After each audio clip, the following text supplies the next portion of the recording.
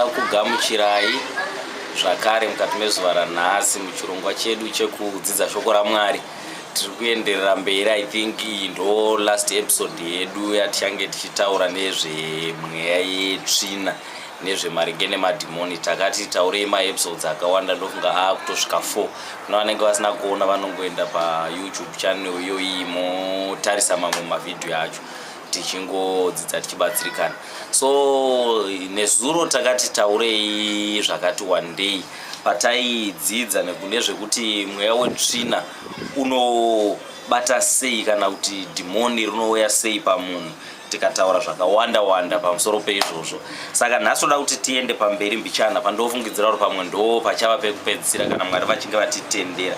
Toda kuti tione kuti iwewe sedunga munhu ungaone sei kuti maybe panogona kunge kana kuti maitiro andiri kuita aya ndinogona kunge somewhere somehow pane chimwe chinhu chisina kubva kuna Mwari chaapandiri. Because pazvese zvinhu zvinoitika pamunhu pane chimwe chinhu chaunogona kuona nacho kuti aya maitiro aya izvi hazvisiri zvaMwari izvi, kana kuti izvi zvinenge zvine chekuita nemweya wetsvina mukati. Saka toda kuti titange nekuvhura vhesi yedu. Toda kuti tiende kubhuku yaMark. Chapter 5. Kubhuku yaMark chapter 5 I think ndichangoiti tsanangure zvangu. Ndichaverengesa verse 5 ndozongoiti tsanangure mbichana. Saka paverse 5 inoti pari kutaurwa nezvemurume uya ainzi aigara kumarinda akanga ane legion of demons. Ndeti vamwe vanoti legion kazhinji kacho. Murume uyu anonzi akanga akutogara kumarinda, akanga asachagari kumisha kwakanga kuchigara vamwe, akanga akutogara kumarinda. Saka ndakuda kuverenga verse 5 inoti hanzi, night and day among the tombs and in the hills he would cry out and cut himself with stones. Ndiri muri kuona hanzi siku nesikati akanga ari kumarinda, hanzi ende aichema achizvicheka nematombo achitosvika pakubuda ropa. Munhu akanga ari possessed nedhimoni. Muri kuona zvinhu zvakatanga kuitika. Akatanga kuva limited kana kuti tingati akatanga kufarira zvimwe zvinhu zvisingafaririki kana munhu ari panatural state. Because under normal circumstances hapana munhu anoda kugara kumakuva, hapana munhu anotombofarira nzvimbo iyoyo. Munhu wese akatosvika kumakuva anovhunduka. But you see this guy akatanga kuenjoya kugara kunzvimbo isingafaririki. Already izvozvo it's a sign inototanga kukuratidza kuti ukaona kazhinji munhu akutanga kufarira zvinhu zvisingafaririki under a normal state yemunhu, there will be something wrong. Ndaitaura nezuro ndichiti zvakafanana, for example munhu anogona kufarira kana mahorror movies. Mukatarisa mahorror movies panenge pachibuda vanhu vanenge vachidyanana, vachiurayana, vamwe vachimwa ropa. Munhu anogona kuita ndo favorite movie yake iyoyo yekuti akasatoona wrong turn haatonzwe kufara. Muri kunoona zviri kuitika. Chii chiri kuitika pamunhu? Chii chinofara kuona umwe munhu achiuraya umwe munhu? Ndosaka muchiona kuti even ukatarisa mufoni yeumwe munhu munenge makazara kana zvitunha, munenge makazara vanhu vari pamaaccident, vakaurayiwa, vakaita sei. Ndizvo zvaanenge achifarira kuti utsvage kuti munhu uyu chii chiri kumunakidza pazvinhu zvakadero. Iwo ukaona unotonzwa tsitsi, but iye hanzwe tsitsi anenge achitonakidzwa nekuda kwaizvozvo. Chii chiri kuitika? Ndopaunonzwa Jesu pane imwe vhesi anotaura kuti hanzi uyo ari mamuri mukuru kukunda ari munyika. Saka kureva kuti in the other hand unogona kuva futi nemudiki ari mauri, unogona kupindwa nemudiki ari mauri, because anokwanisa kuexplaina kuti ari mandiri mukuru kudarika ari munyika ndari ana Jesu. Saka kureva kuti ari munyika mudiki akapinda mauri unotanga kuda zvakafanana nezvinodiwa naari munyika. But the only thing chausingakwanise kuita manje, haukwanise kuzvinzwisisa kuti mweya yetsvina iripo. Iwe unoshandisa reasoning capacity yako. Unotaura kuti it's normal, it's entertainment. Andinoona paya pandambotaura ndikati hauzive panopinda napo mweya wetsvina. Saka mweya wetsvina unogona kupinda through kuona kwaunenge uchiita kwaunenge uchiita horror movie, through kuona kwaunenge uchiita mamwe masites aunogona kuenda even through the internet. But iwe haukwanisi kuzvirealize because ukazvirealize hauzviite, saka zvinobva zvafumuka. Muri kuona? So that's why muchiona kuti vanhu vazhinji they defend the wrong which they do because they think it will be right by defending what they are doing. muri kuona zvazvinoita. Saka iyoyo ndeimwe yemaarea yaunogona kuona nayo kuti ukaona wakufarira zvimwe zvinhu zvisingafaririke. For example, right, ichatibate vanhu vakawanda but isitongotaura sezvazviri, we don't care. Inotaura iyo kuti makamboona here kuti doro ukadzvuta doro kuna vasati vambomwa rinovava zvisingaite. Asi aripo umwe munhu wokuti akanwa doro test yake anonzwa kuti chinhu chiri kunaka ichi. Muri kuona zvaakuitika. Even sense yake, sense of taste yasvika pakuchinja. Chii chachinja sense of taste? There is something chapinda. Ndosaka muchiona kuti the first day raunotanga kuzviita unotovaviwa zvokuti unototakumana chinhu ichi handimwe futi, but the more yaunoramba uchiita, the more yaunova possessed with a certain demon. Rinotanga kuita kuti unakidzwe nezvimwe zvinhu kana kuti unzwe kutapirirwa nezvimwe zvinhu zvisinganakire vamwe. So you start to be different in certain areas that are not normal. Muri kuona? Unoona kutarisa kana pane zvekudya chaiko chaiko, unogona kupuwa maboundaries nezvekudya. Because mukatarisa kana kuti ngatiti munhu anosvikirwa chaiye handiri, ane zvimwe zvaanonzi aite, anonzi apute bute, anonzi haafani kudya nyama inenge yakaita sei, haafani kugeza nesipo inenge yakadai, haafani nekuda kwechiri paari. It's a sign inokuratidza kuti no, there is a spirit somewhere somehow itori pauri. Because chinoita kuti handidye nyama ichakati, handidye muriwo wakadai, handidye chakadai, handidye chakadai, handidye chakadai. Chii chinokonzeresa izvozvo? There is a spirit. Nekuti umwe wacho hatorwari kana akadya, kozoita umwe wokutoti anogona kutorwara, unogona kutorwariswa because chaunenge uchiita take in chinenge chisingaenderani nezviri pauri. Remember pakazvarwa John the Baptist, anonzi he will neither drink wine nor strong drink because he will be filled with the Holy Spirit even from his mother's womb.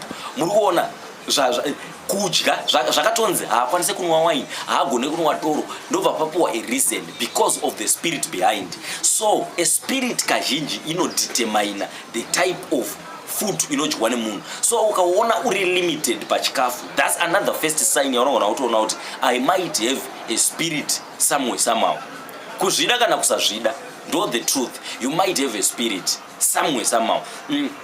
Pane imwe verse I think iyo futi iri kuna Mark chapter 9, ndinoona usaivhurisa but mese munoiziva, inotaura iyo kuti Jesu paanenge achibva kugomo for transfiguration. I remember paanoona Moses naElijah ari pamusoro pegomo, ozodzika, achidzika ane vadzidzi vashoma, anosvikowana pane umwe murume akanga ane mwana wake, auya nemwana wake kuvadzidzi vake kuti dhimoni ribuditswe. Vadzidzi vanonzi vakatadza kubudisa dhimoni rakanga riri mumwana womunhu iyeye. Nditi zvobva zvanzi pakatanga kuita kusawirirana kana kuti pakatanga kuita nharo between maFarisees, mateachers of the law, nevadzidzi vaJesu. Jesu paakasvika pakanga pane chaos. Nobva muridzi wemwana nobva amhanya kuna Jesu akati ndauya nemwana wangu vadzidzi vako but vatadza kubudisa chii dhimoni. Dhimoni nobva rabudiswa naJesu. Jesu anozobvunzwa secretly kuti ko why isu tatadza kuribudisa. Nobva apindura akati zverudzi urwu hazvibvi chete asi nekunyengetera kuzhinji. Muri kuona point yandinoda kubudisa, pataurwa kunzi rudzi. Zverudzi urwu kureva kuti madhimoni ane marudzi. But ukazoverenga shoko raMwari unogona kutadza kana kunzwa pa1 pakataurwa kunzi iri dhimoni iri irudzi yetype yakati. Nditi muri kuona? Because Mwari vakavanza zvimwe zvinhu kuti zvitsvagwe nevazodziwa vavo kana kuti zvitsvagwe nevanomutevera. Ndosaka maiona kazhinji aitaura in parables. Obvunzwa kunzi why do you speak in parables? Aitaura in parables kurasisa vanhu vakanga vasiri vedenga. Saka ndosaka muchiona kuti information yakatoita seiyo yatiri kuparidzai inogona kuita kunge upenzi kune vanhu vanenge vasiri vedenga, but umwe anenge achitoinzwa. Saka mweya yetsvina inotori nema-types. Saka ma-different types iwayo ane ma-different needs anoda pamunhu kana achinge agara pamunhu. Asi kana richinge rakugara somewhere somehow there is a change of behavior. Koita futi zvimwe zvinotanga kuitika. Imwe sign yaunogona kuona nayo kuti there might be a spirit behind. Unotanga kuita zvinhu zvausingadi, kuita zvinhu zvaurotonatsonzwa kuti haudi.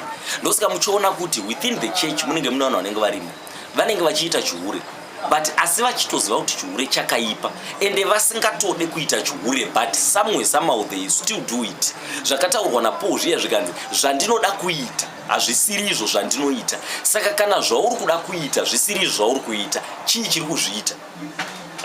Kupa unotoda, kupa vanotambura, unotonzwa kuti zvakanaka kuti ndiite but haupe. saka chiri kuzoita kuti unyime, chiri kukubetseredzera kunyima, chiri kukubetseredzera kuhura, chiri kukubetseredzera kuenda ka extra mile pekuti unonatsonzwa wega kuti what I'm doing is against God. Izvi hazvisiri izvo izvi zvandofanira kunge ndichitoita, but no matter kuti unozama sei, you still do it. It's a sign yekuti somewhere somehow pane chimwe chinhu chakukubetseredza kuti uachieve iwewe magoals ausiri kuda, because wakutopushwa, because unotozvinzwa sezvakatotaura Paul aitozvinzwa kuti no, inini zvandinoda kuti ndinge ndichiitira Mwari hazvisiri izvo zvandakuita. Handi munoona, tarisai muone futi zvinotaurwa naJesu. Zvinonzi kana muchinge mamugamuchira hamusisiri imimi maakurarama, asi ndi Jesu aakurarama ari mamuri. Kureva kuti zvamaakuita hakuchisiri kuda kwenyu, asi kwakuda kwake ari mamuri. Kureva kuti ukagamuchira futi dhimoni, tinofanira unadzozvitaura tiita, vanhu vanogamuchira Jesu Kristu unogona futi kugamuchira Satani. Ukagamuchira dhimoni unotanga futi kuita zvausingadi, because unenge wakuita kuda kwemweya, because unofanira kuziva kuti the body is controlled by the spirit inside of you. Hapana ari paneutral venyu. Kana une mweya waMwari, you are controlled by the spirit of God. Kana une mweya waSatani, you are also controlled by the spirit of God. But zvazvinoita zvizhinji zvaunozonyanya kuita zvinodeterminwa nespirit yaunayo. Ndosaka muchiona kuti chero une mweya waMwari unogona kutadza, but kutadza kwako kushoma. Ndipo unozonzwa shoko raMwari rakuti a righteous man may fall 7 times and still rise again. Muri kuona zvinoitika kumuka kwaanenge achiita, but anenge akanyanyirwa nedhimoni anogona kuita chinhu chakanaka ka1 pagore rese. Zvobva zvapera zvakadero. Kuchechi anoenda ka1 pagore, anotombozivawo kuti kunoda kumbonamatwa, anotombozivawo kuti rinenge rinoda kumbovhurwa, but anorivhura ka1 obva aita 99% ari kusaidi uku. WekwaMwariwo anogona kudonha ka1 but 99% anenge achiita zvakanaka. Now we start to realize kuti okay, so it's another area yaunogona kuona kuti no, apa pane chiyapa, pane mweya wetsvina here kana kuti hapana mweya wetsvina. Kozoita imwe area yatakabata futi ndonga takaiti batei nezuro, but regedzai ndiitaure pamwe ndogona kunge ndakaiskipa. Yatinoona kuna I think it's 1 Samuel chapter 16 I think pavhesi ya 14 munogona kuzonoiverenga. 1 Samuel chapter 16 pavhesi ya 14. Nekuda kwenguva yedu handichaiverenge, ndichangoitsanangura. Panotaurwa nyaya yaSaul aitwa mambo.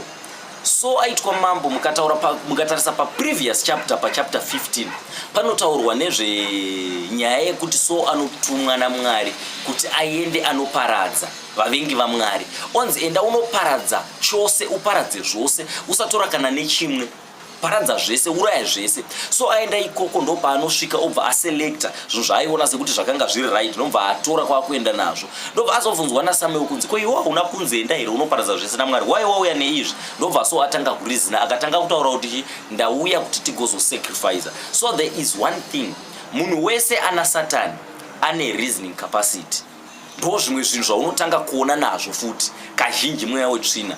Akaudzwa a simple and straightforward instruction, they always reason, they always research, they always go to the internet. Vane mamwe ma areas ekuzvidefenda nawo kuti no, but we did this because of that, we did this because we wanted to do this after that. You see, it's reasoning.